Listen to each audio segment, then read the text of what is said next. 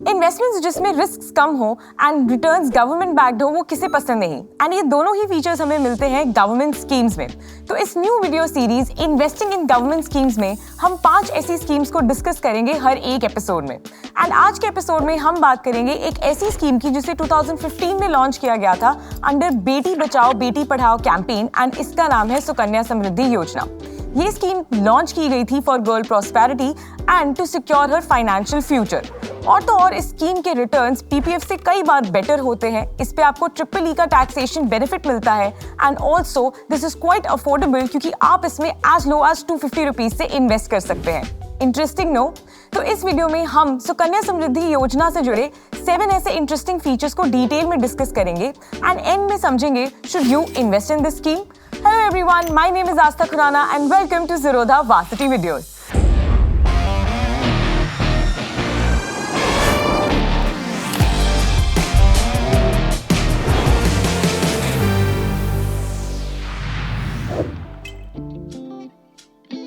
सबसे पहला and important feature आता है कि इसमें अकाउंट कहाँ एंड कौन ओपन कर सकता है। तो इसमें एक लीगल गार्डियन अपनी गर्ल चाइल्ड के लिए अकाउंट ओपन कर सकता है एंड माइंड यू उस गर्ल चाइल्ड की एज 10 इयर्स से ज्यादा नहीं होनी चाहिए।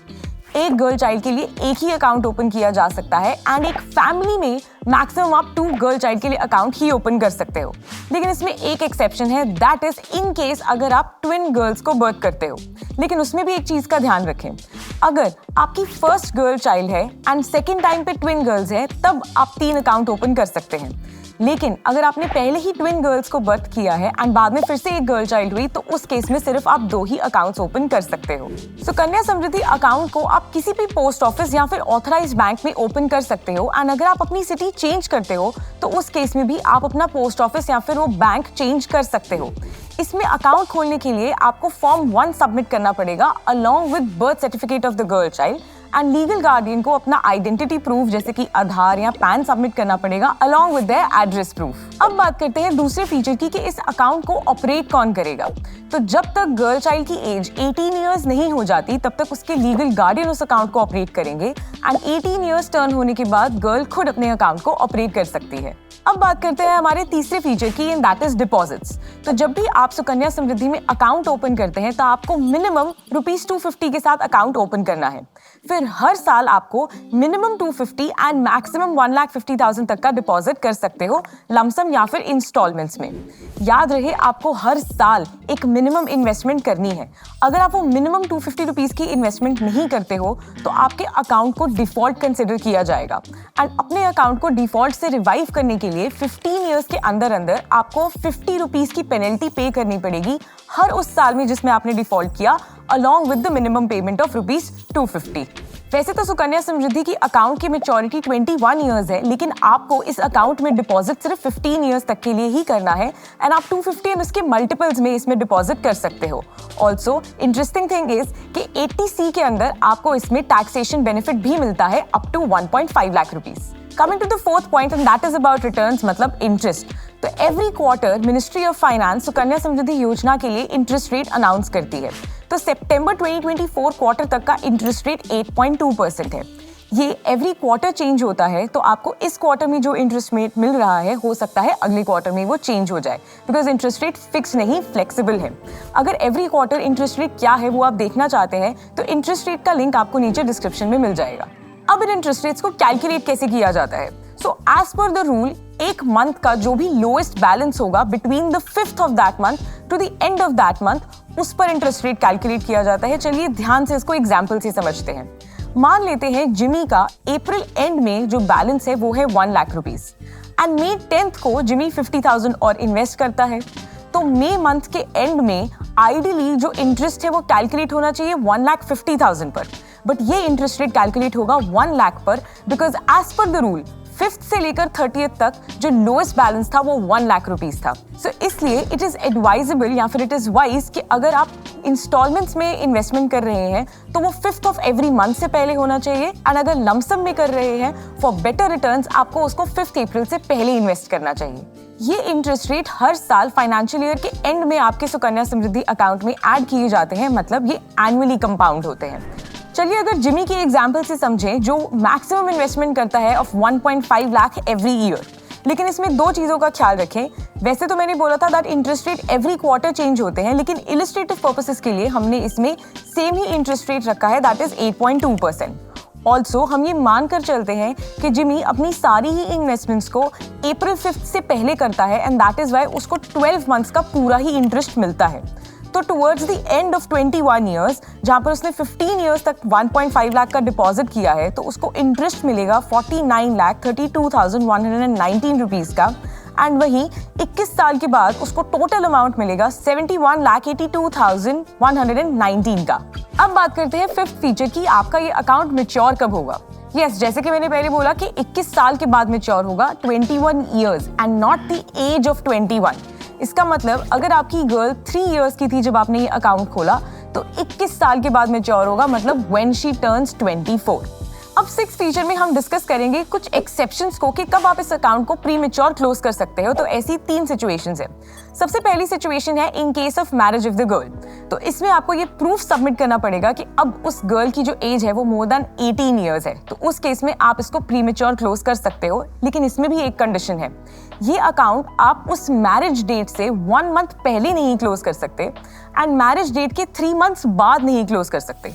इसका मतलब मान लेते हैं अगर मैरिज 19 अप्रैल को थी, तो आप 19 मार्च से पहले नहीं क्लोज कर सकते, 19 मार्च के बाद ही क्लोज कर सकते हैं। एंड 19 अप्रैल को मैरिज थी तो उसके 3 मंथ्स बाद, विच इज 19 जुलाई, उसके बाद अकाउंट नहीं क्लोज कर सकते, उससे पहले पहले ही क्लोज कर सकते हैं। दूसरा सिचुएशन है in case of death of the account holder, यानी कि अगर उस गर्ल चाइल्ड की डेथ हो जाती है तो गार्डियन को उसका death certificate as a proof submit करना पड़ेगा एंड उसके बेसिस पे ये अकाउंट प्रीमेच्योर क्लोज हो सकता है, लेकिन आपको उस अमाउंट पर इंटरेस्ट मिल जाएगा। Third situation is in case of life threatening disease. ऐसे सिचुएशन में आप अकाउंट को प्रीमेच्योर क्लोज कर सकते हो because you want that amount, या फिर इन द केस जब गार्डियन की ही डेथ हो जाए एंड अकाउंट को ऑपरेट करना मुश्किल हो जाए, तो ऐसी सिचुएशंस में भी आप अकाउंट को प्रीमेच्योर क्लोज कर सकते हो। लेकिन ये जो सेकंड एंड थर्ड सिचुएशन है, इसमें आप अकाउंट सिर्फ तभी क्लोज कर सकते हो अगर इस अकाउंट को 5 इयर्स से ज्यादा हो गए हो एंड उससे पहले नहीं। अब बात करते हैं हमारे लास्ट एंड 7th फीचर की, दैट इज विड्रॉल्स, कि अकाउंट के मैच्योर होने से पहले क्या हम इसे विड्रॉल कर सकते हैं। तो ऐसा एक ही सिचुएशन में पॉसिबल है and that is for education of the girl child. अगर उस गर्ल की एज 18 साल से ज्यादा हो गई हो या फिर उसने 10th पार कर लिया हो, विच एवर इज अर्लियर, उस केस में आप ये प्रीमेच्योर विड्रॉल कर सकते हैं। लेकिन इस चीज में भी ध्यान रखें, जो भी आपका अमाउंट का बैलेंस होगा उसका आप 50% ही विड्रॉ कर सकते हैं। फॉर एग्जाम्पल 7 अगस्त 2024 को आपने एप्लीकेशन डाली जब अकाउंट का बैलेंस था 5,75,000, लेकिन 31 मार्च 2024 को उस अकाउंट का बैलेंस था 5 लाख, तो आपको इस 5 लाख पे 50% अमाउंट मिलेगा, that is maximum 2,50,000 rupees. But याद रहे दिस इज विड्रॉल, इस केस में अकाउंट क्लोज नहीं होता। लास्टली एज अ प्रूफ आपको कुछ डॉक्यूमेंट्स भी सबमिट करने पड़ेंगे with regards to the education of the girl child. And मान लेते हैं आपका खर्चा सिर्फ 2 लाख का है, 2,50,000 का नहीं, तो उस केस में even though maximum withdrawal amount 2.5 lakh की है, बट आपको सिर्फ 2 लाख रुपीज ही मिलेंगे। तो ये थे 7 फीचर्स ऑफ सुकन्या समृद्धि योजना। अब आते हैं हमारे इंपॉर्टेंट क्वेश्चन पर, who should invest and why. अगर हम सबसे पहले व्हाई की बात करें तो इसके बेनिफिट्स डिस्कस करते हैं। सबसे पहला बेनिफिट है ऑफ मिनिमम डिपॉजिट, जहां पर ये अमाउंट काफी अफोर्डेबल है, that is as low as 250 rupees के साथ आप इन्वेस्टमेंट कर सकते हो। दूसरा, good returns, Sukanya Samriddhi account में आपको पीपीएफ से बेटर रिटर्न्स मिलते हैं। तीसरा, गवर्नमेंट बैक्ड रिटर्न्स, ये रिटर्न्स गवर्नमेंट बैक्ड हैं, यानी कि गवर्नमेंट अश्योरेंस है। एंड फोर्थ, टैक्सेशन का बेनिफिट, ट्रिपल ई टैक्सेशन का बेनिफिट।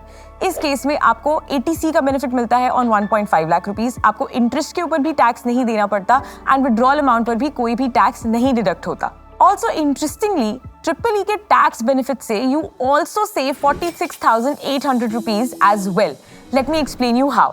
मान लेते हैं जिमी 30% टैक्स ब्रैकेट में आता है एंड वो 1.5 लाख सुकन्या समृद्धि अकाउंट में इन्वेस्ट करता है to claim that eighty C deduction.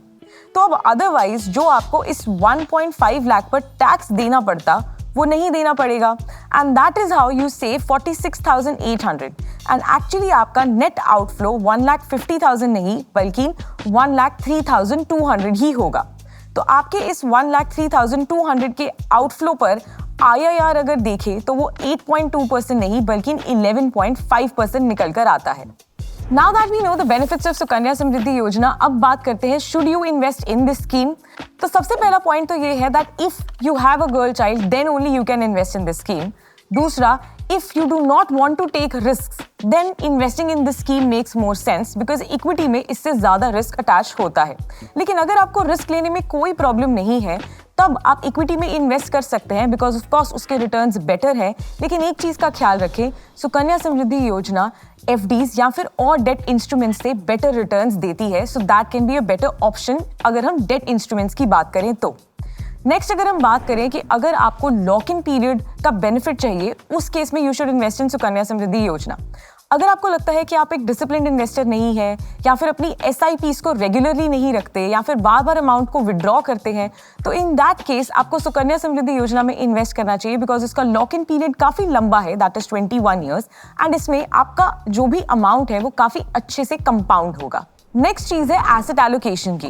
हम अक्सर बात करते हैं कि आपका पोर्टफोलियो काफी डाइवर्सिफाइड होना चाहिए, तो अगर आपको लगता है कि आपने ऑलरेडी अपनी इस एलोकेशन में इक्विटी में काफी इन्वेस्टमेंट कर रखी है, तो in that case also investing in debt instrument like Sukanya Samriddhi Yojana makes more sense. Lastly, अगर आपकी फाइनेंशियल कैपेसिटी अलाउ करती है तो फिर आप सुकन्या समृद्धि योजना एंड इक्विटी दोनों में ही कुछ कुछ अमाउंट इन्वेस्ट कर सकते हैं, लेकिन एक चीज का ध्यान रखें, only if your pocket allows. तो चलिए इस वीडियो को कंक्लूड करते हैं एंड जानते हैं कि हमने इस स्कीम के कौन से फीचर्स सीखे। तो सबसे पहली बात कि इसमें कौन अकाउंट ओपन कर सकता है, एक लीगल गार्डियन अपनी गर्ल चाइल्ड के लिए जिसकी एज 10 ईयर्स से ज्यादा ना हो। मैक्सिमम एक गर्ल चाइल्ड के लिए एक ही अकाउंट ओपन कर सकते हैं एंड एक फैमिली में आप 2 ही अकाउंट ओपन कर सकते हैं। डिपॉजिट की बात करें तो आपको हर साल मिनिमम 250 रुपीज इन्वेस्ट करने हैं एंड मैक्सिमम आप 1,50,000 तक इन्वेस्ट कर सकते हो। इसके बाद हम इंटरेस्ट की बात करें तो interest rate every quarter change होता है एंड करंटली इसका इंटरेस्ट रेट 8.2% है। नेक्स्ट पॉइंट आता है मेच्योरिटी का, तो ये अकाउंट 21 ईयर्स के बाद मेच्योर होता है, लेकिन आप इसमें 15 साल तक के लिए ही डिपॉजिट करते हो। अगर हम बात करें प्री मेच्योर इस अकाउंट को क्लोज करने की, तो वो 3 सिचुएशंस में हो सकता है। अगर उस गर्ल की मैरिज हो, अगर उस गर्ल की डेथ हो जाए, या फिर एक लाइफ थ्रेटनिंग डिजीज के केस में। अगर हम विड्रॉल्स की बात करें तो विड्रॉल्स एक ही कंडीशन में की जा सकती हैं, that is in the case of education of the girl child. Lastly, अगर हम इसकी बेनिफिट्स की बात करें तो आपको इसमें गवर्नमेंट बैक रिटर्न्स मिलते हैं, गुड रिटर्न्स मिलते हैं, मिनिमम डिपॉजिट इसका काफी अफोर्डेबल है एंड आपको ट्रिपल ई का टैक्सेशन बेनिफिट भी मिलता है। याद रहे, ये ट्रिपल ई का taxation benefit old tax regime में ही मिलता है, लेकिन इंटरेस्ट के ऊपर जो बेनिफिट है वो आपको न्यू टैक्स रिजीम में भी मिलता है। So this was all about Sukanya Samriddhi Yojana. See you in the next government scheme. Thank you.